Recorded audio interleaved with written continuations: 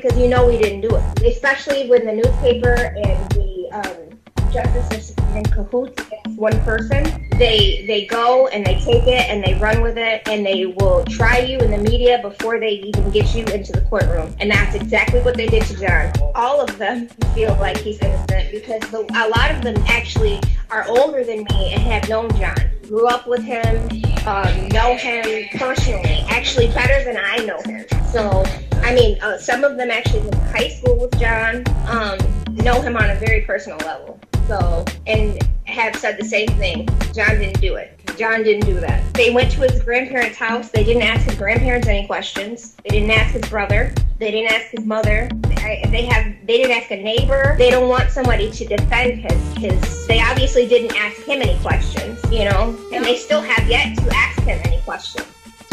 If they don't come to you to interview you, like his mother or someone, if they're not asking you, you're not. They only want the one side. You understand what I'm saying? They only want the side that makes him look bad. We, the jury, find the defendant, John Ortiz-Kehoe, guilty of first-degree premeditated murder.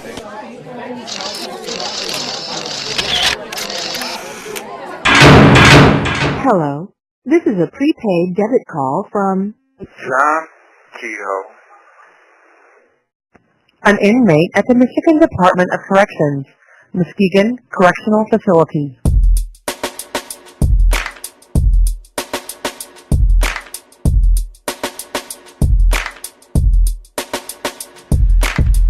From a 7 by 10 foot cell of a Michigan prison, I am John Ortiz-Kehoe, and welcome to Creating a Cannibal. Creating a Cannibal is a podcast dedicated to exposing the truth behind the wrongful conviction that left me labeled as a monster and sent me to die in prison. Now, for the first time, you are about to hear the true story of what happened inside and outside of the courtroom.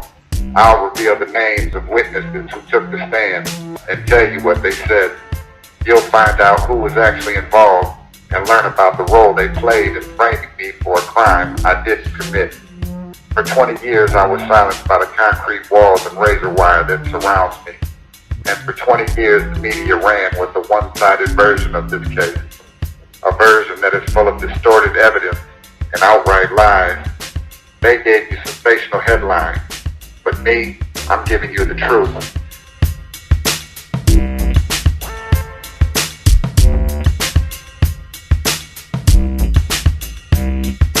After striking deals with several jailhouse rats and forcing the jury to sit and listen to fraudulent testimony from those bottom feeders of society, Assistant Prosecutor Kelsey looked for a way to sucker the jury into believing his witnesses had some credibility.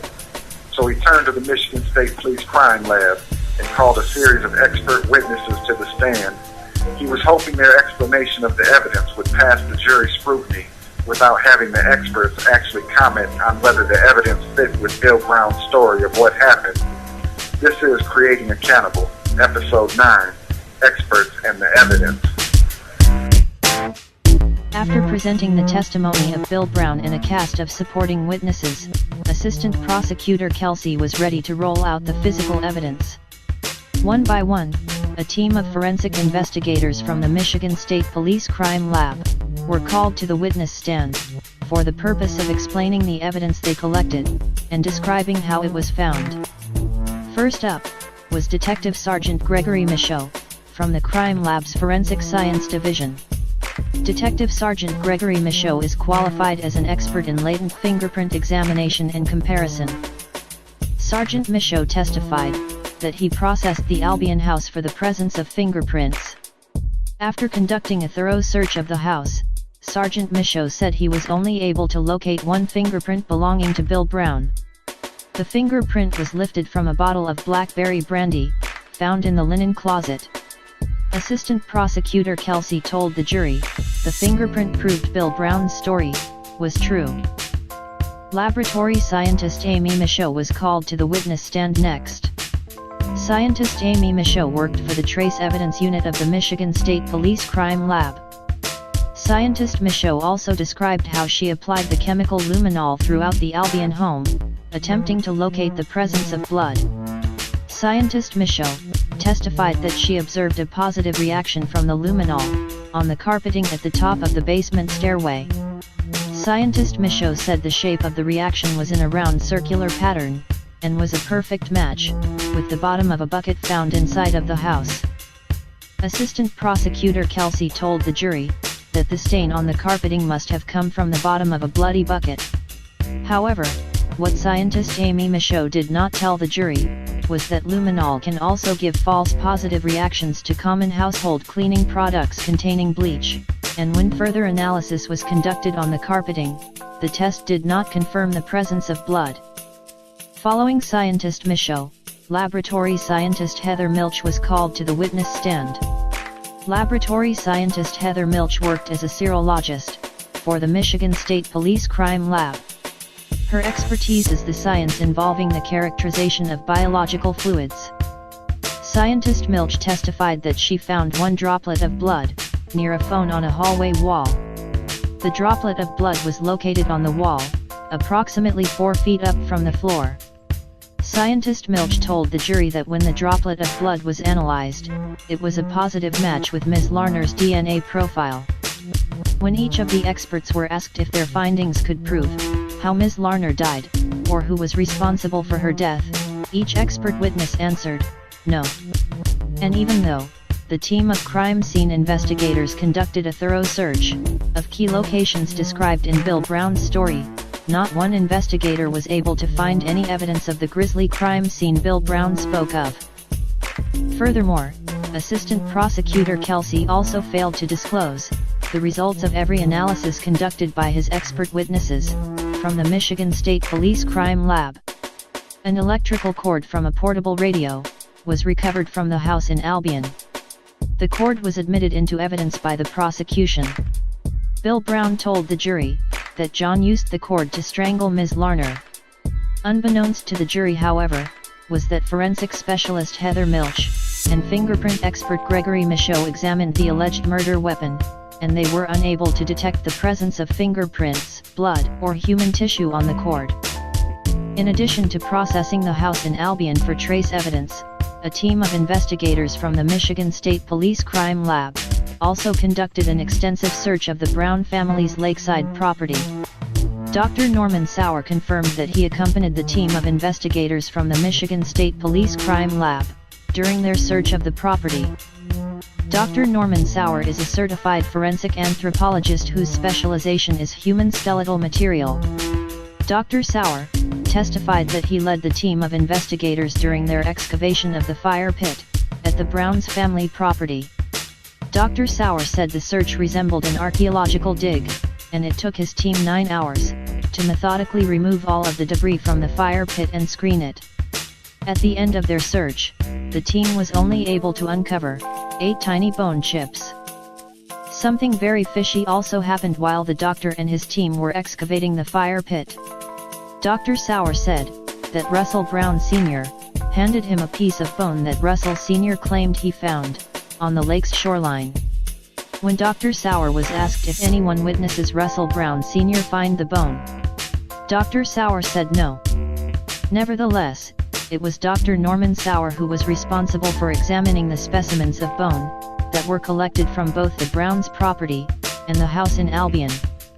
Dr. Norman Sauer stated that the small fragments of bone found at the Browns' lakeside property, including the piece of bone found by Russell Brown Sr., were all proven to be human bone.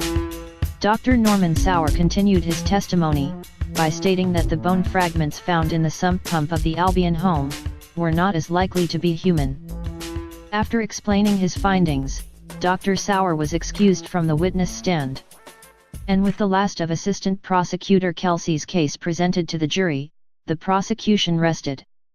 It was now time for the defense to present its case. Defense attorney Jerome Savita called John Ortiz-Kehoe to the witness stand. We can argue about the evidence until I grow old and die behind these bars, but none of it is going to tell you who did what. What the evidence does prove, or what the lack of evidence proves, is that Bill Brown's story couldn't have happened. Because if someone committed such a gruesome act inside of that tiny bathroom, their team of experts would have found something. And believe me, they looked. They sprayed their sprays, they tore apart the shower, and they totally dismantled the entire drainage system inside of the bathroom. They found nothing. No blood, no hair, not one speck of anything. And by now, we all know enough about crime scenes and forensic investigations to know that once that stuff is there, you can't get rid of it. Yet, during my trial, not one of the prosecution's experts were asked if Bill Brown's story was credible when no evidence was found inside of the bathroom. And my hack of a lawyer never called an expert of his own. But it's obvious to anyone with half a brain that Bill Brown's story is a lie. And soon, you'll finally hear for yourself what actually happened that night. Next time, in episode 10, John Speaks. Thank you for listening to Creating a Cannibal, an Emerald production. Make sure you follow me on social media and check out my blog for a more in-depth look at how I was framed. Creating a Cannibal is a podcast produced under Emerald Productions. Gerardo G. Gonzalez Jr., Robert D. Tabb and Lucas Sampson are editorial advisors, Emerald Santos our executive producer and the one who mixed our show. Our theme music are Excellent Adventure and France vs. Korea composed by Ari De Niro. Our website is creatingacannibal.wordpress.com. Special thanks to Mr. John Ortiz-Kehoe for sharing his side of story. Also visit John's blog website where you can see documents from the case, johnortiz-kehoe.blogspot.com.